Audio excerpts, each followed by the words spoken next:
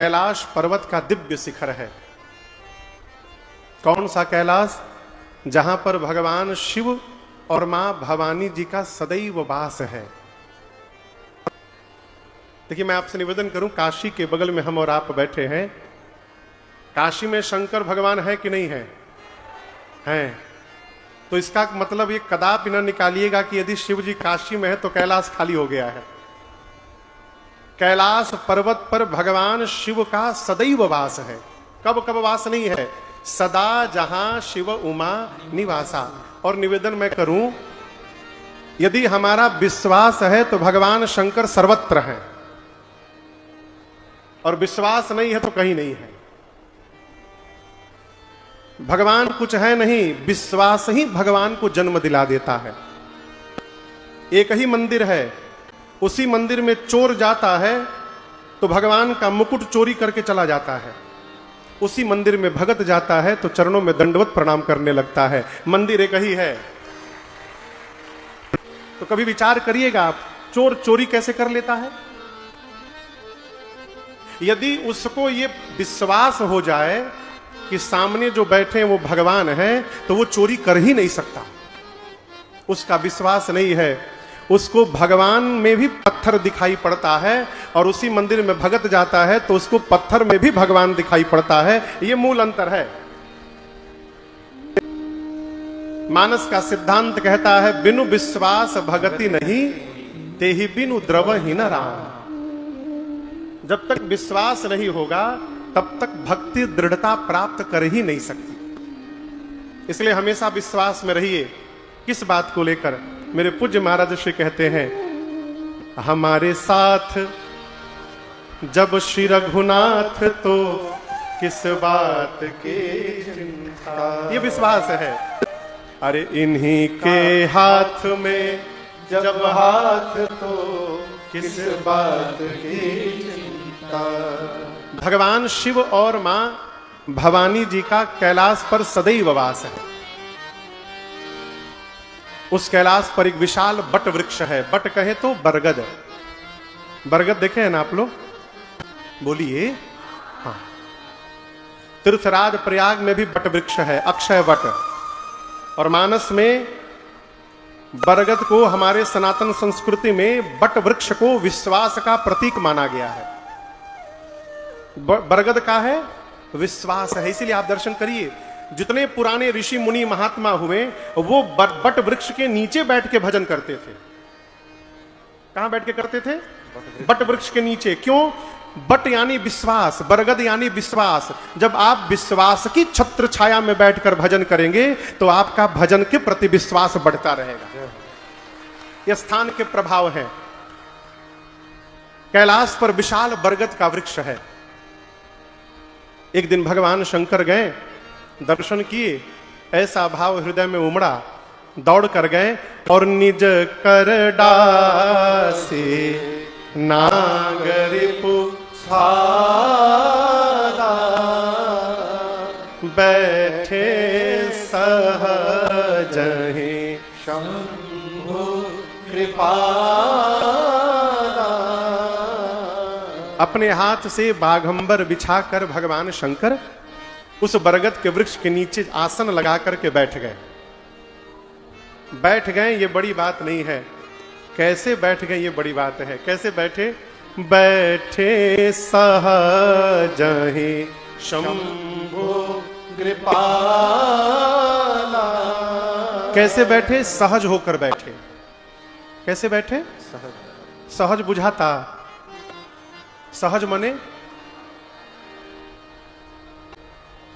सहज को बड़ी सहजता से समझा रहा हूं। हाँ, जितना आइटम पास में रखिएगा उतना असहज हो जाइएगा, और जितना कम सामान रखिएगा उतने आनंद में बने रहिएगा। हाँ। जितना सामान जमा करिएगा उतना टेंशन बढ़ेगा हो, और जितना कम सामान रखिएगा उतने आनंद में बने रहिएगा। हम जब पहली बार इंग्लैंड लंदन राम कथा गाने गए तो हमारे साथ हमारे तबला वाले नहीं गए थे बाबूजी। तो विनायक को वीजा नहीं मिला उस बार, तो गए नहीं। तो वहां हम लोग एक सरदार जी को तबला बजाने के लिए बुलाए थे, वहीं लोकल रहते थे वो, लंदन में ही। तो उनके तबला का एक बैग और उससे बड़का एक बैग लेके और आए। तो हम बिने से पूछे, दूदू को तबला बजाई है का एक संग है? तो एक में से तो तबला निकला, दूसरे बैग में से एक थे तकिया जरा ऊपर वो बैठेंगे, एक थे पंखा, गर्मी न लगे पंखा चलाएं, फिर से मोबाइल का स्टैंड, मोबाइल के एक थे स्टैंड जिस पर मोबाइल रखेंगे। इतना सारा आइटम अपने चारों तरफ लगाएं। हम मन में सोचे, है प्रभु 9 दिन कहूंगा ठीक से निकाल दो अब क्यों, ये तो समाने में हेराए रहेंगे। आनंद में रहना चाहते हैं तो सहज रहने का प्रयास करिए। और सहज कब रह पाइएगा? जो जीवन में जितना बनावट से दूर रहेगा वो उतना सहज बना रहेगा। सहज होने का मूल मंत्र, अपने वर्तमान को स्वीकार कर लीजिए, आप सहज हो जाइएगा। प्रेजेंट को एक्सेप्ट करिए। हम जहां हैं उसको स्वीकार नहीं कर पा रहे हैं। अब नीचे बैठा है जो, वो कुर्सी के लिए परेशान है। बाबू जी, जो नीचे बैठे हैं वो कुर्सी के लिए परेशान है, काश एक कुर्सी हमरो भेटा जाए। ये कहा है, अब आप जहां हैं वहां संतुष्ट नहीं है, अब 3 घंटा दिमाग में कुर्सी घूमेगी और कथा से वंचित रह गए आप। वर्तमान को स्वीकार कर लीजिए, सहज हो जाइएगा। भगवान शिव परम सहज अवस्था में बैठे और ये सहजता का प्रभाव दर्शन करिए। स्वरूप कैसा बना? धरे शरीर शांत रस जैसे। भगवान शंकर सहज है तो उस सहजता का परिणाम है परम शांत होकर के बैठ गए। और हम आपको बताएं, शांति का पता कैसे चलता है बताइए? सामने वाला व्यक्ति बड़ी शांति में है, कैसे पता चलेगा बताइए? अशांत व्यक्ति का चेहरा देखिएगा,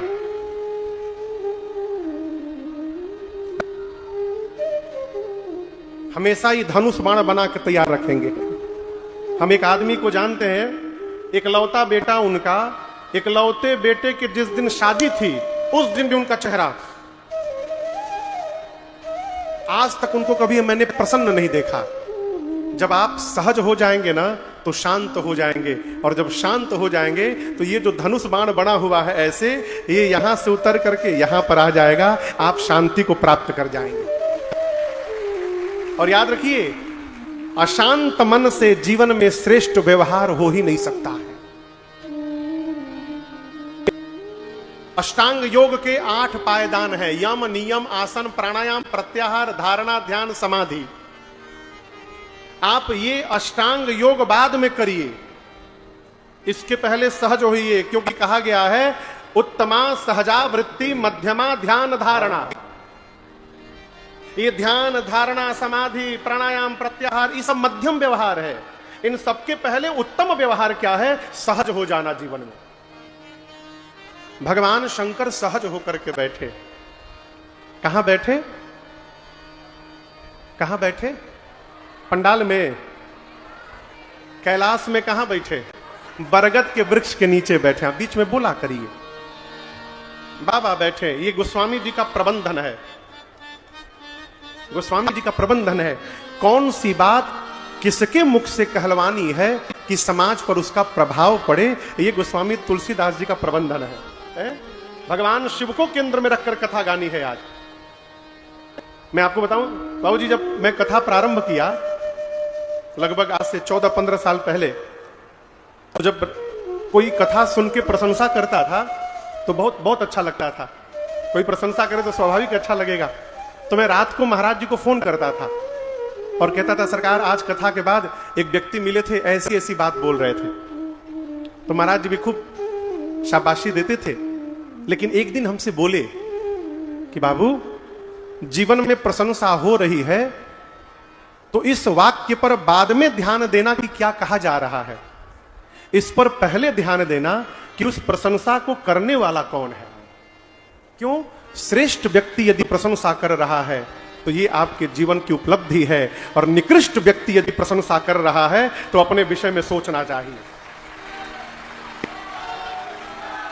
प्रशंसा करने वाला कितना प्रामाणिक है भैया। उसी प्रकार भगवान शिव को केंद्र में रखकर गोस्वामी जी राम कथा कहलवा रहे हैं। गोस्वामी जी सोचे कि मैं कहूंगा तो कम प्रभाव पड़ेगा समाज पर, भगवान शंकर कहेंगे तो अधिक प्रभाव पड़ेगा लोगों पर, इसलिए बाबा को केंद्र में लाके रखा। केंद्र में रखने का कारण है भगवान शिव बट वृक्ष के नीचे विराजमान हुए। और आपको एक निवेदन करूं मैं, घर में पति के चेहरे पर यदि परम शांति दिख जाए तो पति जितने आनंद में नहीं रहता उससे अधिक आनंद पत्नी को प्राप्त होता है। पति यदि प्रसन्न रहे तो पत्नी परम आनंद में रहती है। मां ने जैसे भगवान शिव को परम शांत स्वरूप में देखा, मां पार्वती दौड़ कर गई बाबा के पास और शंकर भगवान ने जानी प्रिया आदर अति कीन्हा बाम भाग आसन हर दीन्हा। गोस्वामी जी कहते हैं पार्वती जी शंकर भगवान के पास गईं तो भगवान शिव ने मां का आदर किया। क्या किया? आदर किया। जोर से बोलिए, आदर। एक प्रश्न पूछें, बोलिए। बड़ा छोटे का आदर करता है कि छोटा बड़े का आदर करता है? बोलिए। हाँ, बड़ा छोटे का आदर करता है। वाह। मने बाबूजी लड़का के आदर करें। आदर समझते हैं? सम्मान। आदर करना यानी सम्मान करना। तो पिताजी बेटे का सम्मान करें। बेटा जाए तो बाबूजी कुर्सी छोड़ के खड़े हो जाएं, आइए आइए लड़का जी आप बैठिए कुर्सी पर। बड़ा छोटे का आदर करता है कि छोटा बड़े का करता है? छोटा बड़े का आदर करता है और बड़ा छोटे को प्रेम करता है। ये मर्यादा है। यहां पार्वती जी आई तो शंकर जी ने मां पार्वती का आदर नहीं किया, अति आदर किया। अब दर्शन करिए, नियम से पत्नी को पति का आदर करना चाहिए और पति को पत्नी को प्रेम करना चाहिए। होई ही संतत यही प्यारी, ये सौभाग्य है बाबूजी। पति पत्नी को प्रेम करे, अब पत्नी पति को आदर करे, ये मर्यादा है। लेकिन यहां उल्टी बात हो गई। पार्वती जी जब आई तो शंकर भगवान ने अति आदर कर दिया।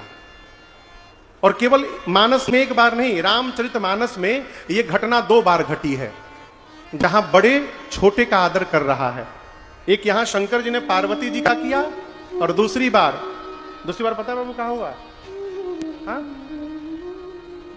ध्यान नहीं दिया आप। दूसरी बार जब विश्वामित्र जी राम लक्ष्मण जी को मांगने आए हैं तब दशरथ जी ने राम जी को बुलाया। अति आदर दो तनय बुला। तब दशरथ जी महाराज राम लक्ष्मण जी को आदर देके बुला रहे हैं। क्यों हुआ, ये समझने का विषय है। देखिए कथा कहती है, जब हमसे कोई छोटा श्रेष्ठ व्यवहार करके आवे अथवा श्रेष्ठ व्यवहार करने जाए, उस समय अपने ऊंचाई के पहाड़ से नीचे उतर करके और उस छोटे का आदर करना चाहिए। दोनों जगह मैं निवेदन करूं, शंकर भगवान पार्वती जी का आदर इसलिए कर रहे हैं क्योंकि बाबा जानते हैं कि आज पार्वती मेरे से राम जी की कथा पूछने आई हैं और आज मैं राम जी की कथा गाऊंगा तो आज मेरे कथा गाने से आगे चलकर ये कथा पूरे विश्व का कल्याण करेगी। ये पार्वती विश्व का कल्याण कराने आ जाई हैं, इसलिए बाबा ने मैया का आदर किया। और दशरथ जी ने राम जी का क्यों किया? क्योंकि महाराज सोचे ये राजा का प्रथम कर्तव्य है कि उसके राज्य में रहने वाले ऋषि महात्मा निष्कंटक होकर भजन करें। जिन निशाचरों का वध दशरथ जी को करना चाहिए था, उन निशाचरों का वध करने राम जी जा रहे हैं, इसलिए महाराज ने राम जी का आदर किया, बाबा ने आदर किया। अच्छा, एक दूसरा प्रश्न, सामने वाला आपका आदर कर रहा है, इसका पता कैसे चलेगा?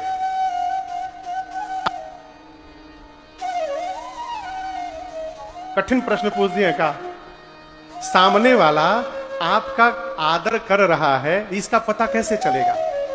इसका पता चलेगा वो, हम ये बोलिए वाणी से, जीभ से आदमी दिनवा भर झूठ बोलत है, अरे ना ना ना ना, आइए आइए आइए आइए, अब भीतर चल रहा है, जाइए जाइए जाइए जाइए, इसका तो भरोसे न करिएगा। आदर का पता चलता है, आप कहीं जाइए, सामने वाला आपको किस प्रकार का स्थान बैठने के लिए दे रहा है, इससे उसके भाव का पता चलता है। आप किसी के घर जाइए, उस सामने वाले ने आपको कहां बिठाया है, ये छोटी बात नहीं है। हम जिसको भगवान के जैसा सम्मान देते हैं, उसको अपने बिस्तर के ऊपर ले जाकर बिठाते हैं और अपने नीचे बैठते हैं, और जिससे दुश्मनी हो जाए उसके लिए तो गेटवो नहीं खोलते हैं, खड़े खड़े निपटाई देते हैं। बाबा ने मैया का आदर किया, और आदर का परिणाम क्या हुआ? बाम भाग आसन हर दीना। बाबा ने मां को कहां बिठाया? अपने बाम भाग में। यहां दर्शन करिए, पार्वती जी भगवान शिव के बामांग में स्थान प्राप्त की हैं। वामांके च विभाति भूधर सुता देवा पगामस्तके, वामांगी बनी मां, वाम भाग में बिठाया। शंकर जी पूछे, देवी कुछ कहना चाहती हैं आप? मां ने कहा, प्रभु पिछले जन्म से चाह रही थी, लेकिन जितना सुंदर समय आज मिला है, इतना सुंदर समय आज तक मिला नहीं था नाथ। बाबा पूछे, क्या पूछना है? मैया ने कहा, प्रभु भ्रम है मुझे एक, मैं प्रकट करूं? बाबा ने कहा, करिए। मां बोली, मां ने प्रश्न किया, प्रभु जो मुनि लोग परमार्थ तत्ववेत्ता हैं, वो कहते हैं कि राम जी ब्रह्म हैं। राम जी क्या हैं? बोलिए, जोर से बोलिए। राम जी ब्रह्म हैं। शेष नारायण सरस्वती जी, चारों वेद 18 पुराण, ये सब राम जी की लीला का गुणगान करते हैं। और जिस दिन से मैं विवाह करके कैलाश में आई हूं, उस दिन से मैंने आपको एक ही काम करते देखा है दिन रात। आप हाथ में माला लेकर और प्रेम से दिन रात राम राम राम राम जपते रहते हैं। बाबा, आप सभी लोग जिस राम की चर्चा कर रहे हैं, क्या ये अयोध्या वाले महाराज श्री दशरथ जी के आंगन में खेलने वाले राम जी हैं, कि कोई दूसरे अजन्मा अलौकिक परम तत्व है? बाबा ने पूछा, आपने प्रश्न क्यों किया? मां ने कहा, प्रभु जहां तक मुझे पता है, ब्रह्म का कोई आकार नहीं होता है, ब्रह्म तो निराकार होता है। ब्रह्म सगुण नहीं होता, ब्रह्म निर्गुण होता है। ब्रह्म का कोई नाम नहीं होता है, ब्रह्म कभी जन्म भी नहीं लेता, वो अजन्मा होता है। मेरा प्रश्न है, यदि राम जी ब्रह्म हैं, तो भला ब्रह्म एक राजा का बेटा कैसे बन गया? और यदि राम जी दशरथ जी के पुत्र हैं, तो एक जन्म लेने वाले राजकुमार को आप लोग ब्रह्म क्यों बोल रहे हैं? ये मेरे समझ के बाहर की बात है। और एक बात कहूं, पिछले जन्म में मैं सती थी तो आपसे विवाद कर रही थी, लेकिन नाथ आज मैं विवाद नहीं, आज मैं संवाद करने के लिए यहां पर आई हूं। मैं राम जी की कथा सुनना चाहती हूं। आप मुझे सबसे पहले बताइए कि वो निराकार साकार कैसे हो गया? जो अजन्मा था वो जन्म कैसे ले लिया? राम जी के जन्म की कथा सुनाइए, बाल लीला सुनाइए, धनुष यज्ञ सुनाइए, सीता जी के साथ विवाह हुआ कैसे वो सुनाइए। सवेरे राजा बनने वाले थे ना, किस दोष के कारण वन में जाना पड़ा वो सुनाइए। वन में राम जी ने कौन कौन सी लीलाएं की वो सुनाइए। कैसे दुष्ट रावण का अंत किया वो सुनाइए। वापस आए, अयोध्या के राजा बने, राजा बनने के बाद राम जी ने क्या किया वो सुनाइए। कैसे अपनी प्रजा के साथ अपने धाम वापस गए ये सुनाइए। और इतना कहने के बाद पार्वती जी ने हाथ जोड़कर कहा, प्रभु जो मैंने पूछा वो तो सुनाइएगा ही, जो पूछने में छूट गया है आप उसको भी सुना दीजिएगा। मां ने भगवान शिव से प्रश्न किया और प्रश्न को सुनते ही भगवान शंकर के हृदय में पूरा का पूरा राम चरित्र अवतरित हो गया। देखिए बड़ी गूढ़ बात है। हमारे चाचा कहते हैं कि बाबू आप कहीं जाते हैं ना तो आप बाद में जाते हैं, आप जो होते हैं वो पहले पहुंच जाता है। हम कहीं भी जाते हैं तो हमारे जाने के पहले हमारा चरित्र पहले वहां पहुंचता है। हम किसी के भी नाम को सुनते हैं तो सबसे पहले दो बातें याद आती हैं, उसका चरित्र और उसका स्वरूप। आपको समझ में आ रहा हम क्या बोल रहे हैं? घर में किसी के आने की सूचना मिल जाए तो वो तो अभी प्रयागराज उतरा है लेकिन उसका चरित्र पहुंच गया है, अरे वो तो साधु हैं, वो हमारे घर आ रहे हैं, आनंद आएगा, आने दिया जाए उनको, उनकी साधुता आ गई। ठीक इसी बात पर वो गाया है जगदीश सिंह ने। अब तो भगवत धाम चले गए स्वर्गीय श्री जगदीश सिंह जी, बहुत बड़े भारत के गायक हुए। इसी भाव पर कहते हैं वो, तेरे आने की जब खबर महके तो तेरी खुशबू से सारा घर महके, तेरी खुशबू से सारा घर महके। मां ने प्रश्न किया, भगवान शिव के हृदय में पूरा का पूरा राम चरित्र अवतरित हो गया और राम जी का स्वरूप हृदय में दिखाई पड़ा। श्री रघुनाथ रूप उर आवा। और दर्शन करिए, जैसे राम जी हृदय में दिखाई पड़े भगवान शंकर ध्यान में चले गए। मगन ध्यान रसदंड जुग पुनि मन बाहिर कीन। आप में से कौन कौन ध्यान लगाता है? मंदिर में भगवान दिखाई दे चाहे ना दिखाई दे, यहां यदि दिखाई पड़ गए, कहां? हृदय में यदि भगवान दिखाई पड़ गए तो आपका शरीर ही मंदिर बन जाएगा और फिर जहां रहिएगा वहां आप ध्यान में प्रवेश कर सकते हैं। शंकर भगवान सीधे ध्यान में गए हैं। यम नियम आसन प्राणायाम प्रत्याहार धारणा को छोड़ करके सीधे ध्यान में। बाबा ध्यान में चले गए। सामने पार्वती जी प्रश्न करके बैठी हैं, बगल में शंकर जी सोचे अब ध्यान के बाद समाधि है केवल, कहीं ध्यान से मैं समाधि में चला गया तो पिछली बार गया था तो 87,000 वर्ष बाद लौटा था, और यदि आज फिर चला गया समाधि में तो कब वापस लौटूंगा कोई भरोसा नहीं। और सामने पार्वती ने मेरे से कथा पूछी है, फिर इनको राम जी की कथा कौन सुनाएगा? पार्वती जी को सुख देने के लिए शंकर भगवान अपने ध्यान के सुख का त्याग कर दिए। ये बात बड़ी गंभीर है। अपने विषय में केवल सोचने वाला व्यक्ति परिवार को सुखी नहीं रख सकता।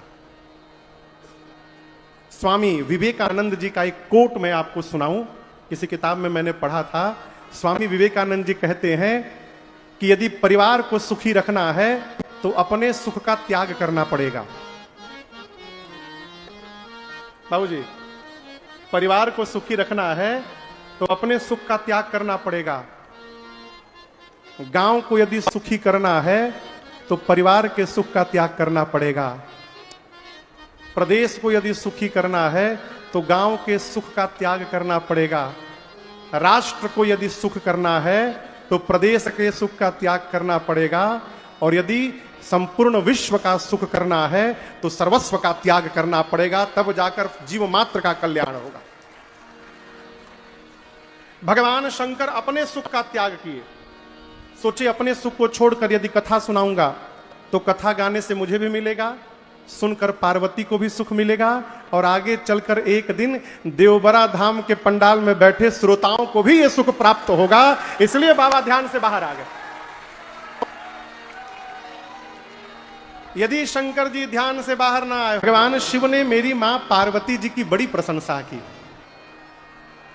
और दर्शन करिए, प्रशंसा करने के बाद बाबा तनिक अब कठोर होकर मां भवानी से बोले, देवी आपकी सब बात मुझे अच्छी लगी, लेकिन एक बात आपकी मुझे अच्छी नहीं लगी। मां ने पूछा कौन सी बात प्रभु? शंकर जी बोले मैं जानता हूं कि जो बात आपने कही है वो मोह के कारण कही है, लेकिन आपने अच्छी नहीं कही। आपने कहा कि राम जी कोई और है। आपने कह कैसे दिया? आपको पता है ये वाक्य कौन कह सकता है? कहीं सुनहि असाधाम नारा ग्रसेज मोह पिशाच पाखंडी हरिपद विमुख जे जानहि झूठ। जो अधम होगा वो कहेगा कि राम जी कोई और है। जिसको मोह ने, पिशाच ने जिसकी मति को ग्रसित कर लिया है, वो कह सकता है राम जी कोई और है।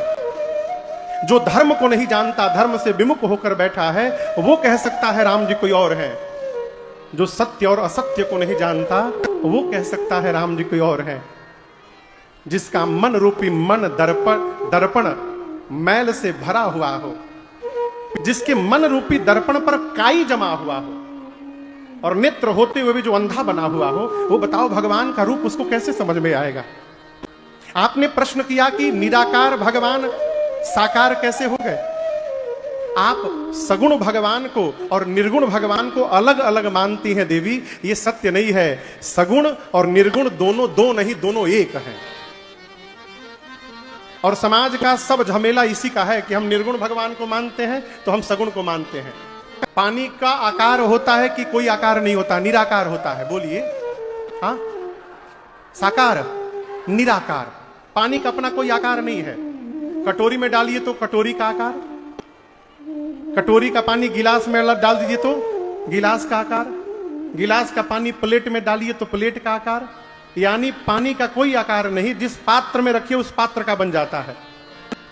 और उसी पानी को फ्रीजर में डाल करके 4 घंटे बाद निकालिएगा तो क्या बन जाएगा? बर्फ। अब बोलिए बर्फ निराकार है कि साकार है? बर्फ साकार हो गया, आकार मिल गया। अब ये नहीं कह सकते कि जो बर्फ है वो पानी नहीं है, दूसरा चीज है। नहीं, जो पानी था वही बर्फ है, जो बर्फ है वही पानी था, तत्व वही है। जब पानी के रूप में था तो निराकार था, बर्फ बन गया, साकार हो गया। उसी प्रकार देवी भगवान भी निराकार हैं, उनका कोई आकार नहीं है। लेकिन उस निराकार भगवान को धरती पर उनके भक्त जब देखने की कल्पना कर लेते हैं तो भक्त के कल्पना के अनुसार भगवान रूप धारण करके धरती पर प्रकट हो जाते हैं। यही निराकार का साकार होना है। वही भगवान बामन बन गए, आवश्यकता पड़ी तो कछुआ बन गए।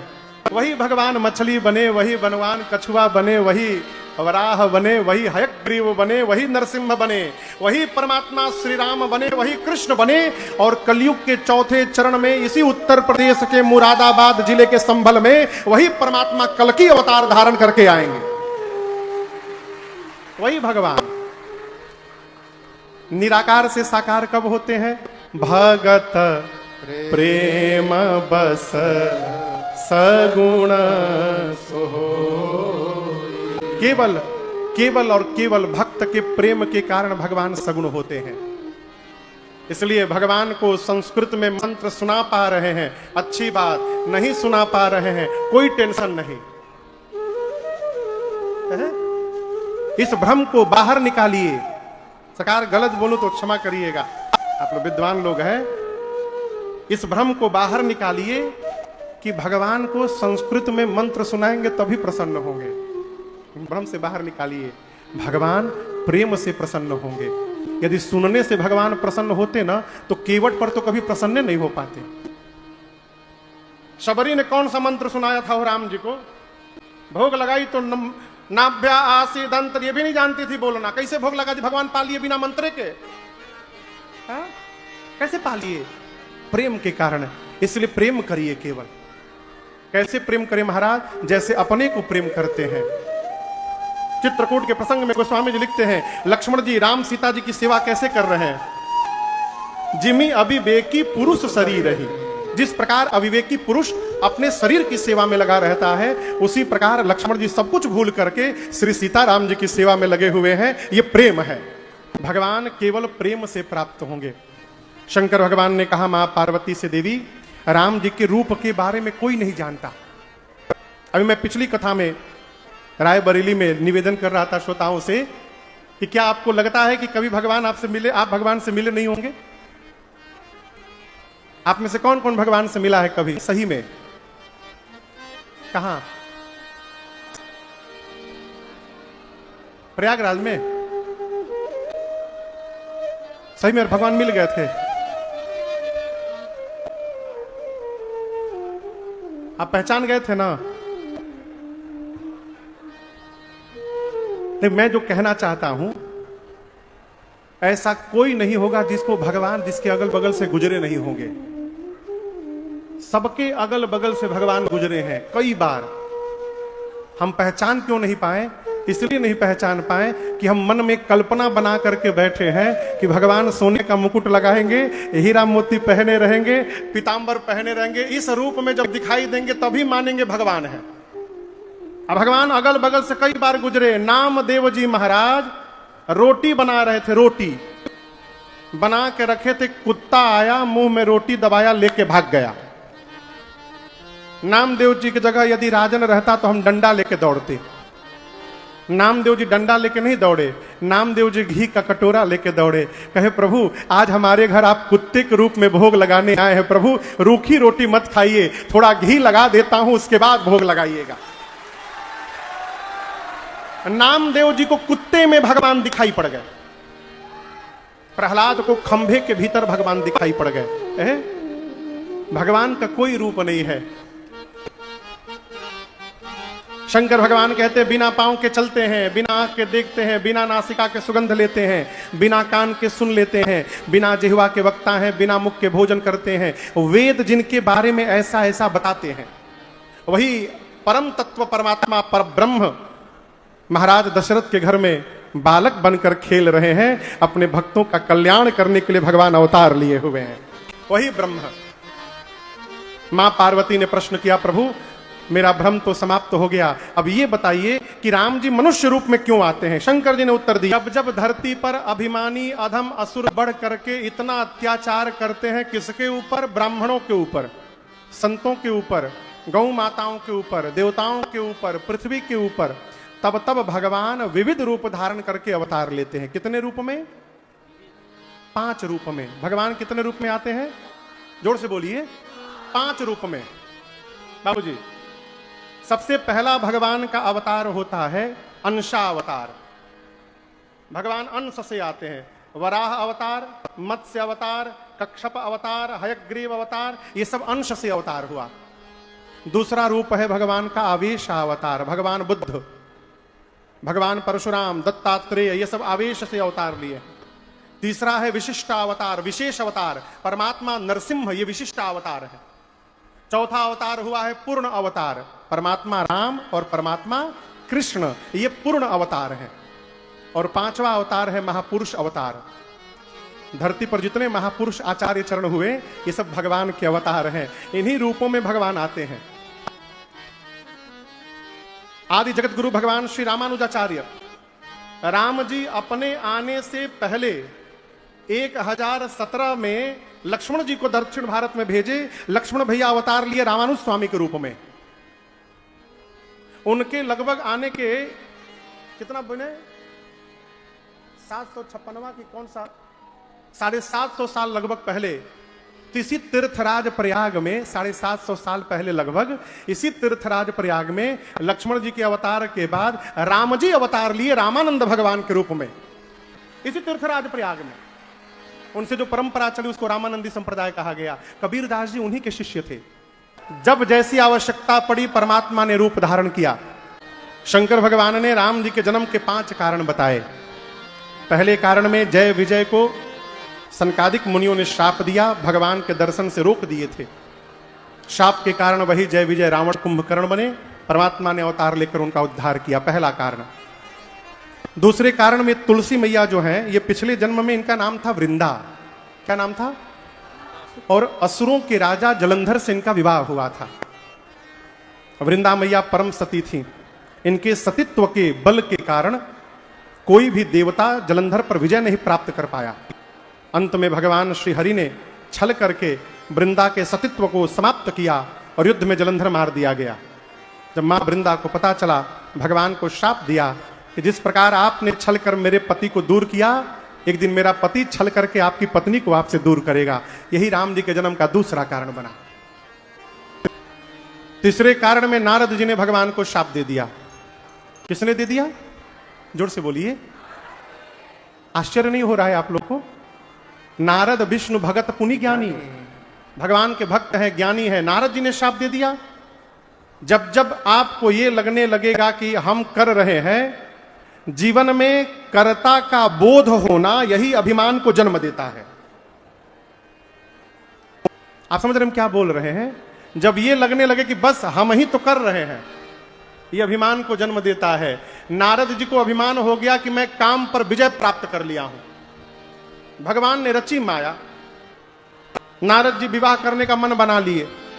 भगवान से बोले, प्रभु एक दिन के लिए चेहरा उधार दीजिए हमको रेंट पर, हम शादी करके चेहरा आपको लौटा देंगे। भगवान बोले, चेहरा हमारा बियाह तोहार। भगवान उनको बना दिए बानर और स्वयं राजकुमार बन करके बियाह करके चले आए। जब नारद जी को पता चला कि मेरे साथ तो गेम हो गया, हमको बानर बना के खुदे बियाह कर लिए, भगवान को श्राप दे डाले। पहला श्राप, जो राजकुमार का रूप धारण करके छल किया है वही शरीर धारण करना पड़ेगा। दूसरा श्राप, वानर बनाया हमको, जब आप मनुष्य बनेंगे तो ये वानर ही आपकी सहायता करेंगे। और तीसरा श्राप, आज जिस प्रकार उस कन्या के लिए मैं रो रहा हूं, एक दिन अपनी पत्नी के लिए आपको भी रोना पड़ेगा। ये राम जी के जन्म का तीसरा कारण। मैंने भगवान को श्राप मिला, वो में आप लोग थपरी बजा रहे हैं। धन्य है प्रभु। चौथे कारण में सृष्टि के आदि माता पिता स्वयंभू मनु और शत्रुपा मैया नैमिषारण्य धाम में जाकर 23,000 वर्ष तपस्या किए। भगवान प्रकट होकर मनु जी से बोले, मांगिए क्या चाहिए? मनु जी बोले, प्रभु हम आपके जैसा बेटा चाहते हैं। भगवान बोले, वो अपने जैसा कहां ढूंढने जाएंगे, चलिए मैं ही आपके घर पुत्र बन करके अवतार लूंगा, ये वचन है मेरा। अब इनमें बजाइए ताली। ये राम जी के जन्म का चौथा कारण। पांचवें कारण में राम जी से पहले रावण के जन्म की कथा है। एक राजा हुआ प्रताप भानु।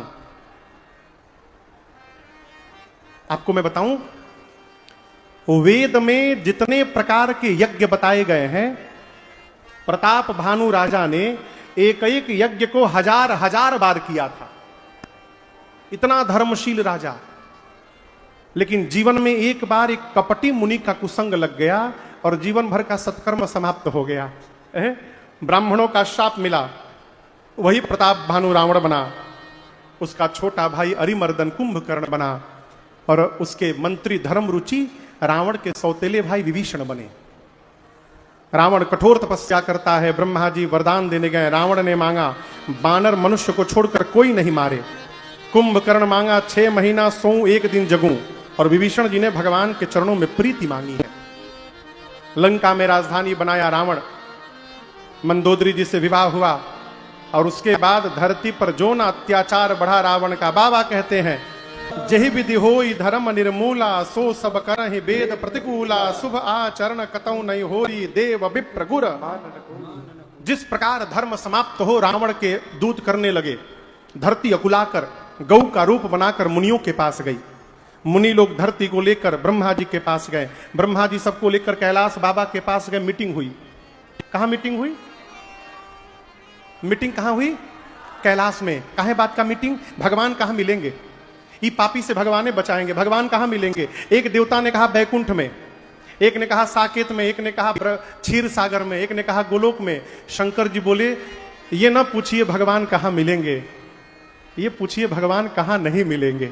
हरि व्यापक सर्वत्र समाना, प्रेमते प्रगट होहि मैं। भगवान सर्वत्र हैं। हम लोग प्रेम से बुलाएंगे तो कैलाश में ही प्रकट हो जाएंगे। ब्रह्मा जी के नेत्र सजल हो गए। साधु वचन बोले और सारा देव समाज ब्रह्मा जी की अगुवाई में भगवान को पुकारने लगा कैलाश में। देवताओं की इस आर्त पुकार को सुन करके भगवान की ब्रह्मवाणी हुई। यहां दर्शन करिए, शंकर जी क्या बोले थे कि प्रेमते प्रकट हो ही मैं। और जी शंकर जी बोले यदि हम लोग प्रेम से बुलाएंगे तो भगवान यही प्रकट हो जाएंगे। लेकिन भगवान प्रकट नहीं हुए, केवल भगवान की आवाज आई। जानते हैं क्यों? देवता प्रेम से नहीं बुलाए हैं, देवता भय से बुलाए हैं, इसलिए भगवान नहीं आए, केवल भगवान की वाणी सुनाई पड़ी। और भगवान ने बोला क्या? हे देवराज इंद्र मुनि वृंद, आप डरिए मत। जनि डर पहु मुनि सिद्ध सुरेशा। आप बिल्कुल मत डरिए, आप लोगों के लिए मैं अवतार लेने वाला हूं। कहां लेने वाला हूं? अयोध्या नगरी में सूर्य वंश में अवतार लेने वाला हूं, और अकेले नहीं, अंशों के साथ मनुष्य रूप में आने वाला हूं। आऊंगा, पृथ्वी के भार का हरण करूंगा, नारद जी के एक एक वाक्य को सत्य करूंगा। डरिए मत आप लोग, निश्चिंत रहिए। देवता तो गदगद हो गए हो, जाने लगे तो ब्रह्मा जी बोले इधर आओ, काम निकल गया, चल पड़े। अरे हमारे लिए परमात्मा अवतार ले रहे हैं, तो उनके स्वागत के लिए उनसे पहले हम लोगों को धरती पर जाना पड़ेगा। पूरा देव समाज वानर रीछ बन करके धरती पर चला जाए। कौन क्या बनेगा बताए मुझे। सबसे पहले शंकर जी बोले हमारे नाम के आगे बजरंग बली लिखिए, मैं हनुमान बन करके जा रहा हूं नीचर। बाबा हनुमान जी बन के आ गए।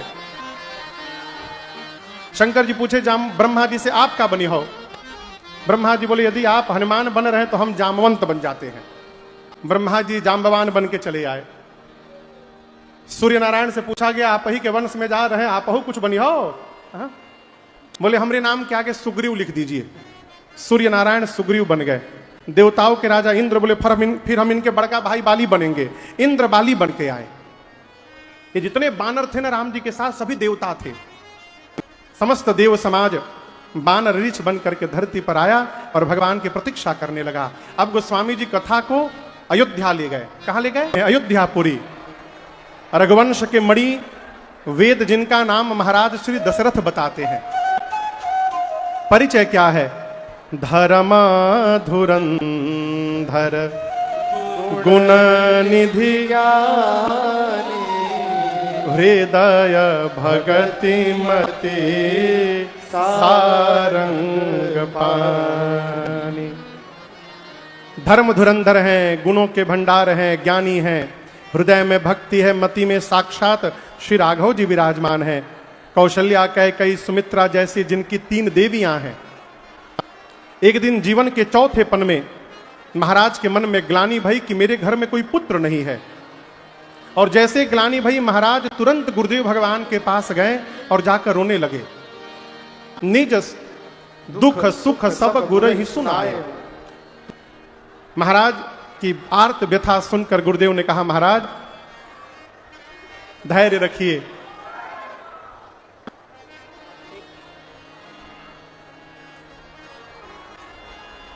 यहां के हैं?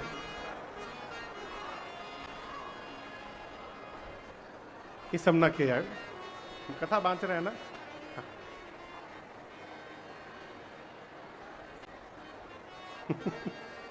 ने प्रभु गुरुदेव ने कहा महाराज आप एक पुत्र के लिए रो रहे हैं, मैं आपका आने वाला कल देख रहा हूं, धैर्य रखिए। आपके आंगन में एक नहीं, आपके आंगन में 4-4 पुत्र होने वाले हैं महाराज, धैर्य रखिए। कोई कोई सामान्य नहीं होंगे। त्रिभुवन विदित भगत भयहारी। तीनों लोक में जिनकी कीर्ति विदित होगी, अपने भक्तों के भय का हरण करने के लिए साक्षात भगवान आपके घर में अवतार लेने वाले हैं महाराज, धैर्य रखिए। गुरुदेव ने तुरंत श्रृंगी ऋषि को बुलाया, पुत्र कामेष्टि यज्ञ हुआ। यज्ञ के बाद अग्नि नारायण प्रकट होकर के और गुरुदेव भगवान को प्रसाद खीर का कटोरा दी और कहे गुरुदेव वशिष्ठ जी आपकी मनोकामना पूरी हो गई, इस प्रसाद को लेकर के बंटवारा करा दीजिए। प्रसाद लेकर गुरुदेव भगवान महाराज दशरथ को दिए और कहे राजन पूरे प्रसाद को 2 भाग में बांटिएगा। आधा भाग बड़ी रानी कौशल्या जी को, आधे को 2 भाग में कर पा भाग मझली रानी कैकेयी जी को अब बचे हुए पा भाग को 2 भाग में बांटकर एक कौशल्या और एक कैकेयी जी को दे के कहिए अपने हाथ से दोनों रानियां सुमित्रा जी को दे दे। गुरुदेव ने जैसे बताया प्रसाद का वितरण भया, माताओं ने प्रसाद पाया और जैसे कौशल्या मैया ने प्रसाद पाया, मां के अंक में श्री रघुनाथ जी आकर के विराजमान हो गए, प्रभु मैया के अंक में आकर बैठ गए। देखते देखते 12 महीना बीत गया। कितना दिन? जोग लगन ग्रहवार तिथि जब सकल भये अनु चर अरु अचर सब हर्ष जुत राम जन्म सुख। चैत्र मास शुक्ल पक्ष नवमी तिथि दिन मंगलवार का दोपहर का 11:30 बज गया। अभिजीत मुहूर्त प्रारंभ हुआ। अयोध्या में शीतल मंद सुगंधित हवा बहने लगी। जितने पर्वत थे अयोध्या के चारों तरफ, सभी पर्वतों पर मणि प्रकट होकर के जगमगाने लगे। महात्मा संत नीचे आकर अयोध्या की गलियों में कीर्तन करने लगे। एक महात्मा ने कहा नीचे का आनंद छोड़ो, ऊपर आकाश में देखो। जैसे 12 बजा, मां कौशल्या के पेट में से एक प्रकाश पुंज प्रकट हुआ। प्रकाश पुंज समझ रहे हैं ना? एक लौ निकली पेट से, अंक से। मां ने उस लौ को देखा, हाथ जोड़ के खड़ी हो गई। वो प्रकाश पुंज मां के सामने गया और सामने जाकर विराट रूप धारण कर लिया। इतना विराट रूप कि भगवान का सिर ब्रह्मलोक में था, पांव पाताल में था। कैलाश पर बैठे भगवान शिव मां पार्वती को कथा सुनाते सुनाते कहते, देवी वहां देखिए। कहां? मां कौशल्या के कक्ष में। मां के सन्मुख प्रकट हुए। मां ने देखा कमल के पंखुड़ियों के समान राम जी के विशाल नेत्र हैं। भगवान के शरीर के एक एक रोम के छिद्र में मां कौशल्या को करोड़ों ब्रह्मांड दिखाई दे रहे हैं। एक रोम में, रोम के छिद्रों से वेद निकल रहा है, वेद की ऋचाएं प्रस्फुटित हो रही हैं। श्याम वर्ण का शरीर है भगवान का, गले में बनमाल है, भगवान के आयुध भुजाओं पर फड़क रहे हैं। मां ने देखा तो मां ने हाथ जोड़ लिया, सोचने लगी इतना बड़ा मेरे भीतर था, कोई सुनेगा तो मानेगा। माम उर सोबासी, लोग सुनेंगे तो हंसेंगे, यह उपहासी। कितना भी धीर बुद्धि का व्यक्ति सुनेगा उसकी मति चकरा जाएगी। सुनात धीर मति धीर ना रहे, कैसे लोग मानेंगे? भगवान देखे कि मेरी मां का विवेक जग गया। भगवान बोले मां मैं बहुत प्रकार से चरित्र करना चाहता हूं, बताइए क्या करूं? क्या करूं? मार दूं रावण को? अभी मार दूंगा रावण को। मां ने कहा प्रभु ये तो एकदम अंतिम वाला चरित्र है, इसके पहले वाला सब पेंडिंग में है अभी। भगवान बोले कौन सा चरित्र? मां बोली आप कहे थे मेरे घर बेटा बन के आएंगे, क्या हुआ? भगवान बोले तुम्हारा बेटा ही मैं खड़ा हूं सामने, मैं तुम्हारा बेटा हूं। माई बोली बेटा बन के आए हैं कि बाप बन के आए हैं? इतना बड़ा किसी का बेटा आज तक जन्म लिया है? इतना बड़ा पहाड़ जैसा बेटा? भगवान बोले मां पहली बार किसी का बेटा बना हूं, आइडिया नहीं है कोई, क्या करूं मैं? तब मां ने कहा कि जय शिशुलीला अति प्रियशीला, यह सुख परमा अनुपा। प्रभु आप शिशु लीला करिए। क्या करिए? अरे क्या करिए बोलिए, जोर से बोलिए। हाँ बीच में से बोला करिए, क्या करिए? शिशु लीला। जैसे माई ने कहा भगवान तुरंत शिशु बन गए, छोटा लड़का। हमारे यहां कहते हैं जन्मतुआ लड़का, जो तुरंत जन्म लिया हो, जन्मतुआ बन गए, बुतरू बन गए। बुतरू हमारे यहां बुतरू भी कहा जाता है, हमारे बुतरू है। भगवान जन्मतुआ लड़का बन गए, कहो बुतरू, बुतरू बन गए। भगवान शिशु बनकर बोले मां अब ठीक है ना? मां बोली 50-50, पूरा ठीक नहीं है। भगवान बोले आपने कहा शिशु बनिए, मैं बन गया। मां ने कहा मैंने कहा था की जय शिशु लीला। आप शिशु तो बन गए लेकिन शिशु की लीला नहीं कर रहे हैं। क्या? जो बच्चा जन्म लेता है वो बात नहीं करता है, वो रोता है। आप तो मेरे से बतिया रहे हैं। आज तक कोई बच्चा जन्म लेके बात, अच्छा जन्म लड़ते लेते यदि लड़का कहो बाबूजी का हाल चाल बा, बाबूजी तुरंत भागिए भूत आ गई। कल्पना करिए लड़का जन्म ले और जन्म निकले तो हेलो डॉक्टर साहब, how are you, nice to meet you here in the पृथ्वी। डॉक्टर साहब कहीं चीज छुड़ी छोड़ के भगी है, अरे तो भूत आ गया हो।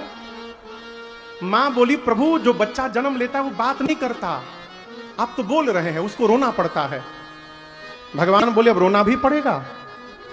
मां ने कहा नाथ इस जगत को हंसाने के लिए आज जगदीश को रोना पड़ेगा, जब तक आप नहीं रोइएगा प्रभु यहां लोग हंसने वाले नहीं हैं।